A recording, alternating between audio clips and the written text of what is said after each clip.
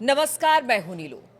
तो हर रोज हम आपके लिए अपडेट मिडिल ईस्ट से लेकर आते हैं और इस वक्त एक बड़ी खबर सामने आ रही है, खास तौर पर जब ऐसे समय जब बातचीत का दौर भी चल रहा है, युद्ध की आशंका भी अमेरिका और ईरान और इजराइल के बीच में बनी हुई है। ऐसे में खबर यह आ रही है कि ईरान जो है वो इराक की तरफ अपने हथियार भेज रहा है। अब इसके पीछे की क्या वजह है, आखिर क्या वजह है कि ईरान इराक में हथियार भेज रहा है? बातचीत करने के लिए मयंक मेरे साथ जुड़ गए हैं। मयंक, अब तक तो हमने देखा कि चाहे हुती हो, हिजबुल्ला हो या फिर हमास हो, इन सब जगहों पर उनको ताकतवर बनाने के लिए कहा जाता है कि ईरान पीछे खड़ा रहता है, हथियार मुहैया कराने से लेकर हर तरह की चीजें। लेकिन इस बार ईरान इराक में अपने हथियार भेज रहा है। क्या वो हथियार हैं और क्या वजह है इसके पीछे? ईरान की मंशा क्या है? देखिए, जो इंटरनेशनल मीडिया में जिसकी चर्चाएं हैं, जो एक्सपर्ट्स मान रहे हैं, ये ईरान का एक बहुत बड़ा मूव है। ये ऐसा लगता है कि पूरी एक शतरंज की बिसात बिछी हुई है और जिसमें खामेनी ने एक बहुत बड़ा दांव खेला है। और बताया ही जा रहा है, खबरें ये आ रही हैं कि ईरान ने इराक में अपनी बैलिस्टिक मिसाइल्स की बड़ी खेप भेज दी है। और ये बैलिस्टिक मिसाइल्स किसको सप्लाई की गई हैं? पॉपुलर मोबिलाइजेशन फोर्स को, कताइब हिजबुल्ला को और लश्कर मुख्तार को। ये तीनों शिया संगठन हैं जो अमेरिका के खिलाफ लगातार जंग कर रहे हैं और ये ईरान के समर्थित संगठन हैं। ठीक है। और ये बैलिस्टिक मिसाइल का इराक भेजा जाना एक प्रकार से इजराइल और अमेरिका दोनों के लिए एक बड़ा झटका माना जा रहा है। देखिए, ये खामेनेई ने बहुत ही नपे तुले तरीके से ये फैसला लिया है मिसाइल्स भेजने का। और बताया ही जा रहा है, अब ये मिसाइल्स जो है खुद आईआरजीसी की तरफ से, जो अंदर की खबरें हैं कि आईआरजीसी जो फोर्स है ईरान की, उनके कुछ कमांडर्स को ये जिम्मेदारी सौंपी गई है और इनके द्वारा ये जो है फोर्स मिसाइल्स जो हैं वो भेजी गई हैं। अब देखिए, इसमें जो मिसाइल्स भेजी गई हैं, इसमें कुद्स बैलिस्टिक मिसाइल है और जमाल नाम की बैलिस्टिक, जमाल ग्रुप की जो है वो बैलिस्टिक मिसाइल्स हैं। ये दो बैलिस्टिक मिसाइल्स का नाम सामने आ रहा है। और साथ ही बड़ी संख्या में, बड़े पैमाने पर हथियार भी इराक भेजे गए हैं।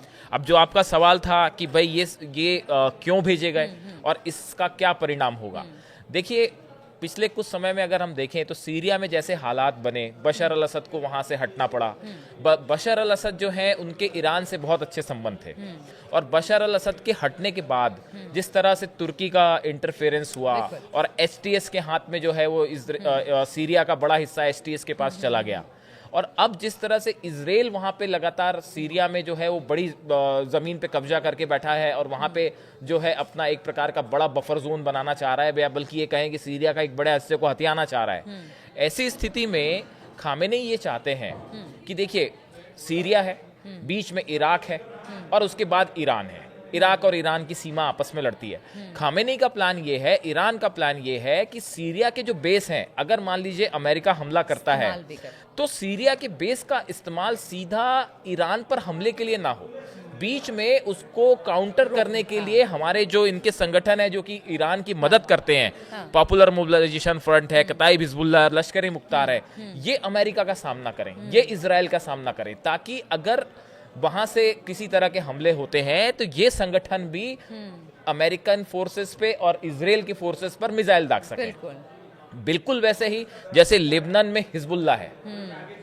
हिजबुल्ला जो है वो एक शील्ड की तरह, बिल्कुल सही कहा आपने। जिस तरह से लेबनान में जो है वो हिजबुल्ला ईरान के समर्थित ग्रुप है और जो अमेरिका के खिलाफ, इजराइल के खिलाफ लड़ाई कर रहा है, या आप लाल सागर में हुतीज देख लें, हुतीज जो है वो अमेरिका को बड़ा चैलेंज कर रहे हैं और लगातार जो है चुनौती दे रहे हैं। और या फिर आप हमास देख लें, तो वैसे ही जो है इराक में ये खामेनी ने बड़ा एक नपातुला कदम उठाया है, जिसके हिसाब से ये माना जा रहा है कि अगर अमेरिका के हमले होते हैं या B-2 बॉम्बर से हमला होता है या मिसाइल्स फायर होती है तो ईरान के पहले ही इराक के जो संगठन है ये बैलिस्टिक मिसाइल से हमला कर सकते हैं। अगर सीरिया की बात की जाए, वहां पर एयरबेस अमेरिका बना रहा है। बाकी देश की भी बात बीच में हमने की थी कि वहां पर कुछ ना कुछ हर देश चाहता है कि अपने अपने एयरबेस बनाए जाए।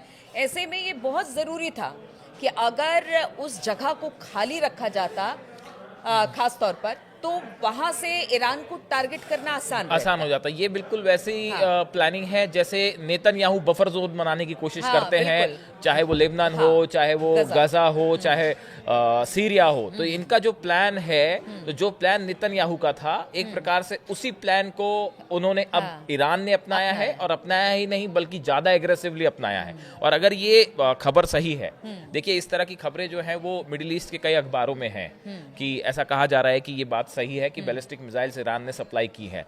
अगर ऐसा है तो ये वाकई एक बड़ी चुनौती होगा अमेरिकन फोर्सेस के लिए, और खासकर इजराइल के लिए। और एक बात और, हमने पहले भी जिक्र किया था इस बात का कि देखिए अगर इजराइल और अमेरिका एक तरफ आ जाते हैं तो ईरान के समर्थन में जो उनके प्रॉक्सीज है और बाकी बहुत सारे संगठनों को हमने बात किया था कि किस तरह से वो चाहते हैं कि वो ईरान का समर्थन करें, और जहां पर बात युद्ध की आएगी खासतौर पे इजराइल और अमेरिका के साथ, तो सभी संगठित होंगे। देखिए ये एक ऐसी स्थिति है कि एक बड़ा स्ट्रैटेजिक और डिप्लोमेटिक एक रेस शुरू हो गई है। अभी आपने देखा कि कैसे तालिबान हमेशा से इतने सालों तक अमेरिका के खिलाफ लड़ा, लेकिन अभी खबर आई कि जो बरगाम बेस है वहां पे जो है तालिबान से अमेरिका ने हाथ मिला लिया है और अपनी फोर्सेस वहां पे फिर से जो है एयर अपनी फ्लीट जो है वहां भेज दी है। तो देखिए एक प्रकार का युद्ध के पहले जो लॉबिंग होती है कि कैसे किसी मुल्क को, किसी संगठन को अपने पक्ष में किया जाए, तो अमेरिका की तरफ से भी एक कोशिश है कि ज्यादा से ज्यादा इस्लामिक जो कंट्रीज हैं उनको ईरान के खिलाफ अपने खेमे में रखा जाए, और दूसरी तरफ ईरान की कोशिश है कि जितने संगठन जो अमेरिका के खिलाफ हैं उनको मजबूत किया जाए, अपने पक्ष में रखा जाए, ताकि अगर अमेरिका की तरफ से हमला होता है, इजराइल की तरफ से हमला होता है, तो ना सिर्फ ईरान पलटवार करे बल्कि ये सब संगठन, और हमने देखा कि ये बड़ी क्षति पहुंचाते हैं, चाहे हिजबुल्लाह हो, चाहे हुती हो, चाहे हमास हो, ये हमेशा एक बड़ी भूमिका निभाते हैं ईरान के पक्ष में, और ये हमेशा से अमेरिका और इजराइल फोर्सेस के लिए बड़ा चैलेंज होते हैं। और इसीलिए ईरान तटस्थ रहता है। हमने देखा है कि वो बड़े नपे तुले सधे, क्योंकि उसके प्रॉक्सीज पहले आगे। नीलू आप बिल्कुल सही कह रहे हो, हम बार बार ये कह रहे हैं कि देखिए चाहे कोई भी फ्रंट हो, चाहे डिप्लोमेटिक फ्रंट हो, चाहे स्ट्रैटेजिक फ्रंट हो, डिफेंस का लेवल हो, खुफिया एजेंसीज हो, और हथियारों का मोबिलाइजेशन हो, इन सब मामले में ईरान के कदम बड़े बेहद नपे तुले हैं। अब सबकी नजर है कल की वार्ता पे क्या होता है, उसके बाद देखते हैं क्या बात। बिल्कुल, और हमारी नजर भी कल की वार्ता पर है, लेकिन देखिए तैयारी पूरी है, चाहे वो ईरान की तरफ से हो, अमेरिका की तरफ से हो, इजराइल की तरफ से हो, उनके प्रॉक्सीज की तरफ से हो। अब कल क्या होगा इस बात की चर्चा हम अभी से करना हमने शुरू कर दिया था, और जैसे ही कोई बड़ी खबर आती है वो हम अपने दर्शकों के लिए लेकर आएंगे, आपके लिए लेकर आएंगे, तो बने रहिए हमारे साथ।